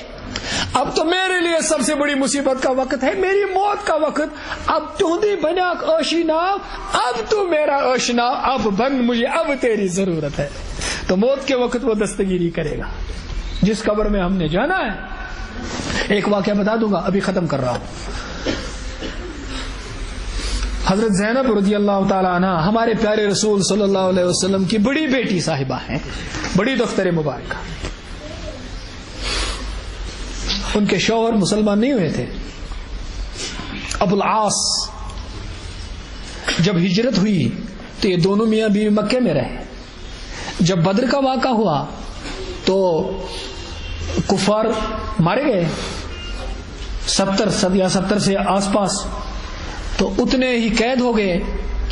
اور یہ جو ابو العاص صاحب ہیں ہمارے پیارے حبیب صلی اللہ علیہ وسلم کے داماد, یہ تو ان کی طرف سے لڑنے آئے تھے, کافروں کی طرف سے, یہ بھی قید ہو گئے. اب وہاں مشورہ یہ ہوا کہ جس کے پاس پیسہ ہوگا تو وہ فدیہ دے گا اور ہم اس کو چھوڑ دیں گے, جس کے پاس نہیں ہے پڑھا لکھا ہوگا تو مسلمانوں کے 10 بچوں کو پڑھنا لکھنا سکھائے اور اس کو بھی چھوڑ دیں گے. اب یہ ابو العاص صاحب, ان کے لیے تو مال چاہیے, مال دیں گے تو جان چھوٹے گی. ان کے گھر میں تو ہمارے آقا و مولا صلی اللہ علیہ وسلم کی دختر مبارکہ ہیں, ان کے گھر میں تو وہ ہے. جب ان کا نکاح ہوا تھا تو ہماری اماں حضرت خدیجۃ الکبریٰ رضی اللہ عنہا نے اپنا ایک ہار ان کو دے دیا تھا تحفے میں, اپنی طرف سے ایک ہار ان کو دیا تھا ہدیے میں. بیٹی تھی, بیٹی کو دیا تھا شادی کے وقت میں, وہ ہار ان کے پاس موجود تھا. تو حضرت زینب نے وہ ہار اپنے ابا کے حضور بھیجا, کہا میرے پاس تو مال نہیں, میرے پاس یہ ہار ہے, میرے شوہر کو رہا کیجیے. جب ہمارے آقا کی نظر مبارک اس ہار پہ پڑی تو آنکھوں سے آنسو کی بارش شروع ہوگی. کہا میری زینب نے وہ ہار بھیج دیا ہے کہ اس کے شوہر کو چھوڑ دو. تو انہوں نے صحابہ سے مشورہ کیا, کہا میرے صحابہ میں تم سے مشورہ لیتا ہوں, تم چاہو تو میں زینب کا یہ ہار لیے بغیر اس کے شوہر کو چھوڑنا چاہتا ہوں, میں اخلاق میں اور مروت میں اس کا ہار بھی واپس کرنا چاہتا ہوں. تو انہوں نے کہا سر و چشم آپ فرمائے تو ہم تو جان دینے کے لیے تیار ہیں. تو وہ ہار بھی واپس بھیج دیا اور ان کے شوہر کو بھی واپس بھیج دیا, اور ادھر سے کہا کہ زینب کو بھیج دینا ادھر. تو وہ وہاں سے نکلی. ابو جہل ملعون بدبخت نے راستے میں روکا, کہا کہ ایک تو حضرت محمد صلی اللہ علیہ وسلم کی بیٹی ہے اور دن دہاڑے جانے دیں گے. تو تیر مارا, وہ گھوڑے سے گر گئی, زخمی ہو گئی. کہا کہ رات میں لے جانا اس کو, دن میں نہیں. آئی اور بہت دیر تک بیمار رہی. اس زخم سے وہ پھر صحتیاب نہیں ہوئی. اس کے بعد اسی زخم سے ان کا انتقال ہو گیا. ان کا انتقال ہوا تو قبر کے اندر آپ صلی اللہ علیہ وسلم خود تشریف لے گئے, قبر میں اتر گئے اور حضرت زینب کے ناش مبارک کو اپنے بازو میں لے لیا اور اس کو ایسے قبر میں سلا دیا. قبر میں سلا دیا تو یوں چہرہ مبارک صحابہ نے دیکھا آپ کے چہرے انور پر غم اور اندوہ کے آثار ہیں, غمگین چہرہ مبارک, اداسی ہے, بہت اداسی ہے. اس کے بعد آپ نے سر مبارک نیچے کیا اور اس کے بعد سر مبارک اٹھایا تو بشاشت ہے. اب صحابہ نے سوال کیا, قربان جائیے, انہوں نے تو کھول کھول کے رکھا دیا. کہا اے پیارے حبیب صلی اللہ علیہ وسلم, آپ نے حضرت زینب کو سلایا تو آپ کا چہرہ اداس ہو گیا, کیا وجہ ہے؟ کہا جو ہی میں نے زینب کو قبر کے حوالے کر دیا اس کی قبر تنگ ہو گئی. اس کی قبر کس کی؟ ادھر جو آدھی بات رہ گئی تھی حضرت سعد کی, آپ نے پھر تسبیح و تحلیل کی تو ان کی قبر پھر کھل گئی, شکر بھی کیا اللہ کا. ادھر کہا ان کی قبر تنگ ہو گئی, پھر کہا میں نے اللہ کے حضور گڑ گڑایا, دعا کی, اب بشاشت ہوئی کہ ان کی قبر کھل گئی. اب اس کی تشریح میں ہے قبر تو سب کی تنگ ہو جاتی ہے, نیکوں کی بھی گناہ گاروں کی بھی, جس کو بھی ڈالا جائے گا قبر تنگ ہو جاتی ہے. پھر بقدر اعمال, جس کے ایمان اور اعمال اچھے ہوں وہ پیش ہوتے ہیں تو یہ قبر کھل جاتی ہے. اب اس قبر کا سامان تیار کرنا ہے. آگے اللہ نے اس آیت کے بعد فرمایا جس میں کہا کہ تمہاری مثال تو کس کی ہے؟ ثم یہیج فتراہ, بس میں ختم کر رہا ہوں, فتراہ مصفرا, تم دیکھتے ہو بعد میں وہ زرد پڑ جاتی ہے وہ کھیتی. یہ تمہارا بڑھاپا شروع ہو گیا, زرد کھیتی. ثم یکون حطاما, پھر گر کر وہ بوسا ہو جاتا ہے, وہ تیری زندگی بوسا ہو جاتی ہے, ٹوٹ گیا, چور چور ہو گئی تیری جوانی, ختم, نحیف البدن. وفی الآخرۃ عذاب شدید. ابھی کہاں ہو؟ ابھی تو آگے کی زندگی ہے. وفی الآخرۃ عذاب شدید، اب تو عذاب شدید آگے ہے. ومغفرۃ من اللہ، یا دوسری چیز ہے، اور مغفرت بھی ہے اللہ کی طرف سے، ورضوان، اور اس کی رضامندی. تو دو چیزوں میں سے ایک کے لیے تیاری کر، اسی کھیتی میں، اسی بچپنے میں، جوانی میں، بڑھاپے میں اور کمزوری میں اور ناتوانی میں. آگے کے لیے تیاری کر. آگے ایک راستہ ہے عذاب کا اور ایک راستہ ہے اللہ کی رضا کا اور جنت کا. وَمَا الْحَيَاةُ الدُّنْيَا إِلَّا مَتَاعُ الْغُرُورِ، اور دنیا تو ہے دھوکے کا سامان. دھوکے کا، اس میں دھوکہ ہے، اس میں دھوکہ ہے. دنیا نے سب کو دھوکہ دے دیا، سب کو دھوکہ دے گئی. آگے اللہ کہتے ہیں اب تم کیا کرو گے؟ وَسَارِعُوا إِلَى مَغْفِرَةٍ مِّن رَبِّكُمْ، ارے دوڑو دوڑو، کوشش کرو، جلدی کرو، جلدی کرو، اللہ کی مغفرت کی طرف دوڑو. وہ جو دوسرا راستہ ہے اس کی طرف دوڑو، اللہ کی مغفرت کی طرف دوڑو. وَجَنَّةٍ عَرْضُهَا كَعَرْضِ السَّمَاءِ وَالْأَرْضِ، اور اس جنت کی طرف دوڑو اور کوشش کرو اور محنت کرو اور آج ہی سے لگ جاؤ، جس جنت کی چوڑائی زمین و آسمان کی طرح کی ہے. وہ کن کے لیے ہے؟ اعدت للذین آمنوا باللہ ورسلہ، وہ ان کے لیے تیار ہے، سور کر تیار انتظار کر رہی ہے وہ جنت جو ایمان لائے اللہ پر اور اس کے رسولوں پر. اگر موقع ہوتا یہاں وہ رسولی ہی کیوں نہیں ہے، رسولی کیوں، رسولی ہی کیوں ہے؟ ہمارے بہت سارے مسائل کا حل اس میں ہے. سارے نبیوں پر ایمان، سارے نبیوں پر. بہت سارے قومیں ایمان کی بات کرتے ہیں لیکن کسی نہ کسی نبی کو جھٹلاتے ہیں، تو ان کے لیے جنت کی بشارت نہیں. ایک امت مسلمہ ہے جو سارے نبیوں کو تسلیم کرتی ہے. یہودیوں نے حضرت عیسیٰ کو جھٹلایا، عیسائیوں نے حضرت محمد کو جھٹلایا صلی اللہ علیہ وسلم، سب کفار میں شامل ہو گئے، اور حضرت محمد صلی اللہ علیہ وسلم کے امتیوں نے سب کو تسلیم کر لیا. نجات اسی میں ہے.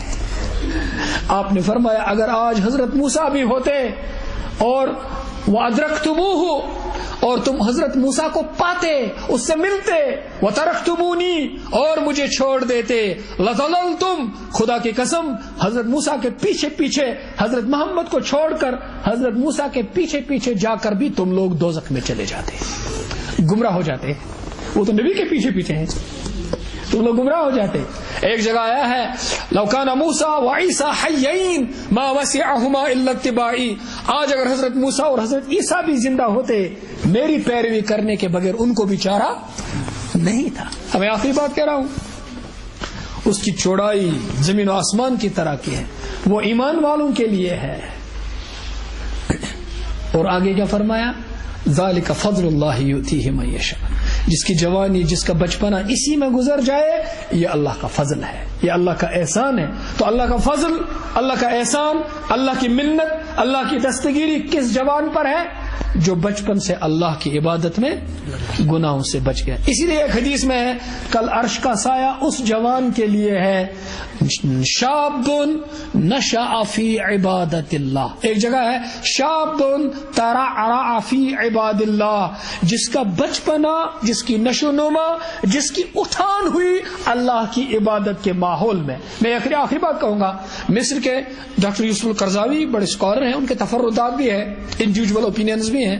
ان کو چھوڑ کر ان سے ایک کالج کے جوان نے سوال پوچھا، ان سے کہا حضرت میں کالج میں پڑھتا ہوں، 5 وقت کی نماز پڑھتا ہوں، جب کالج جاتا ہوں تو میری نظریں بچتی نہیں اور میرا وضو بھی رہتا نہیں، پھر روتا ہوں، مسجد جاتا ہوں، وضو کرتا ہوں، نماز پڑھتا ہوں اور گڑ گڑاتا ہوں، پھر لوٹ آتا ہوں، پھر اس ماحول میں پھسل جاتا ہوں، پھر مسجد جاتا ہوں، پھر نماز میں روتا ہوں، پھر کالج جاتا ہوں، پھر گر جاتا ہوں، پھر سنبھل جاتا ہوں.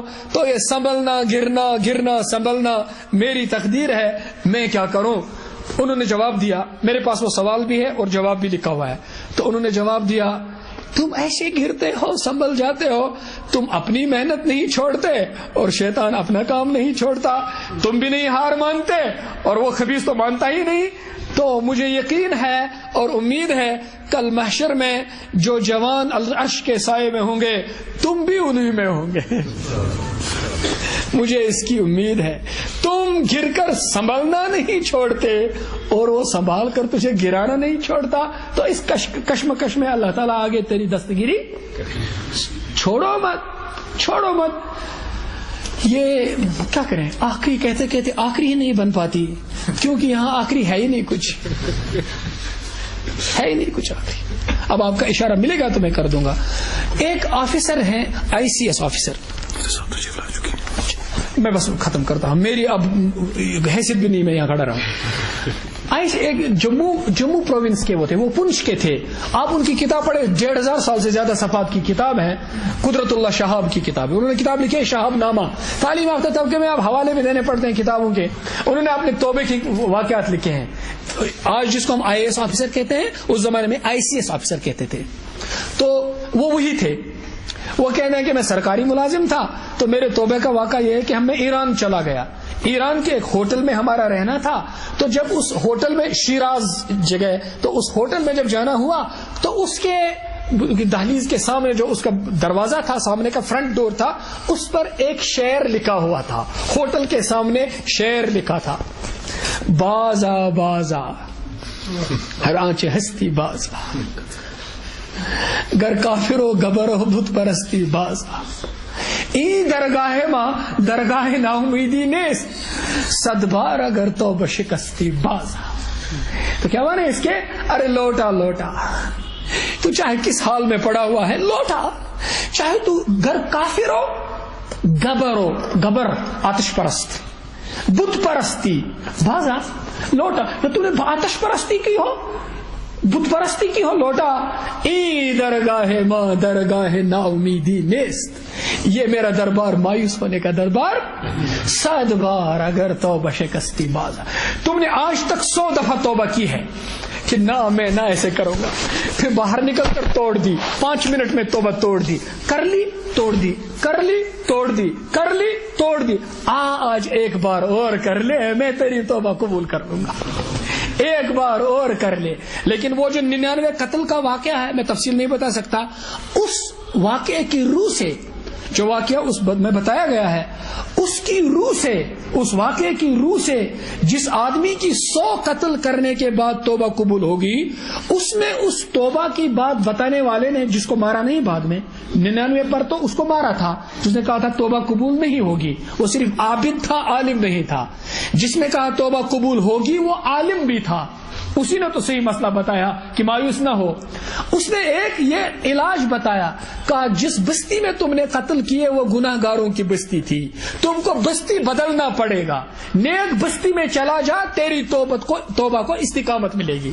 تو اب ایک بات رہ گئی, ہم نے جس ماحول میں گناہوں کو کمایا اس ماحول کو بدلنا پڑے گا, اس ماحول سے نکلنا پڑے گا, ان دوستوں کو بدلنا پڑے گا. بعد میں ان کو بھی دوست بناؤ, لیکن داعی کی حیثیت سے, ان کی ہمدردی کی حیثیت سے. تو اس ماحول سے نکل کر نیک ماحول میں بیٹھنا پڑے گا, اپنی صحبت نیکوں سے رکھنی پڑے گی, اور اپنی نیتوں کو تبدیل کرنا پڑے گا. اللہ تعالی ہماری توبہ قبول فرمائے, ہمارے پچھلے سارے گناہوں کو معاف فرمائے. میری تو بات پوری ہوگی. تو اور اب الاناء یترشح بما فیہ, اب رہ بھی نہیں گیا کچھ. تو میرے دوستو, اب تھوڑی دیر کے لیے میرا دل چاہتا ہے کہ اس کرسی پہ بیٹھنے کے بعد سے اور اس دم تک جب میں ابھی اٹھ رہا ہوں, اٹھنے سے پہلے میں بھی جس چیز کا محتاج ہوں میں اللہ سے مانگ لوں, آپ بھی اللہ سے مانگ لیں, مختصر توبہ کریں اللہ کے دربار میں.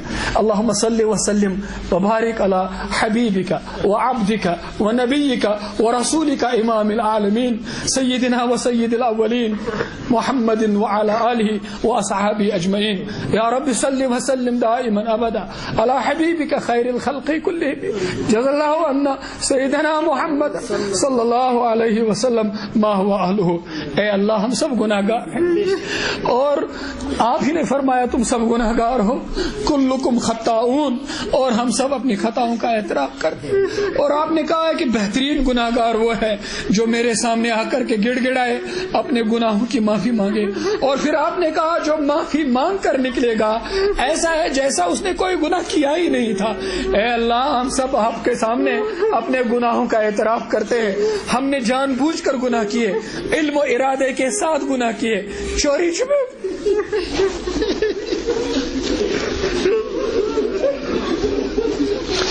ہم جانتے تھے یہ گناہ ہے اور ہم نے کیے.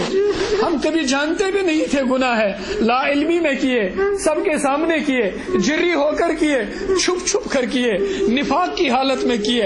اے اللہ ہم تیرے سامنے آ کر کے سارے گناہوں کا جتنا رونا ہم محشر میں روئیں گے, ہم پہلے ہی رونا کرتے ہیں, ہم پہلے ہی روتے ہیں.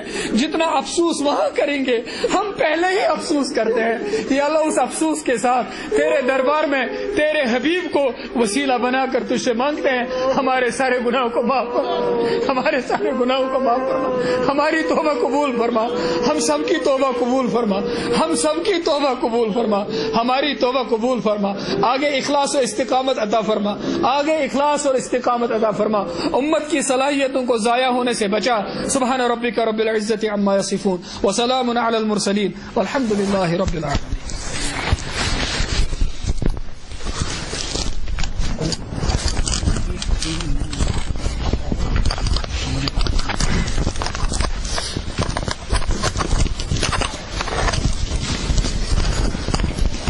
جزاک اللہ خیر کثیرا.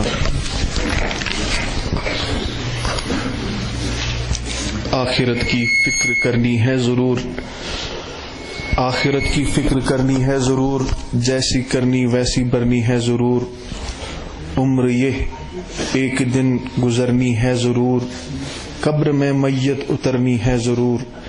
ایک دن مرنا ہے آخر موت ہے, کر لے جو کرنا ہے آخر موت ہے.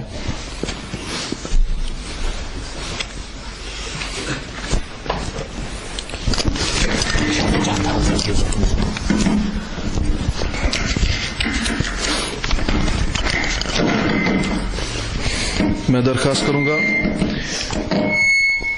عابد احمد صاحب, محمد اعظم صاحب اور عادل اشرف صاحب کو وہ تشریف لائیں.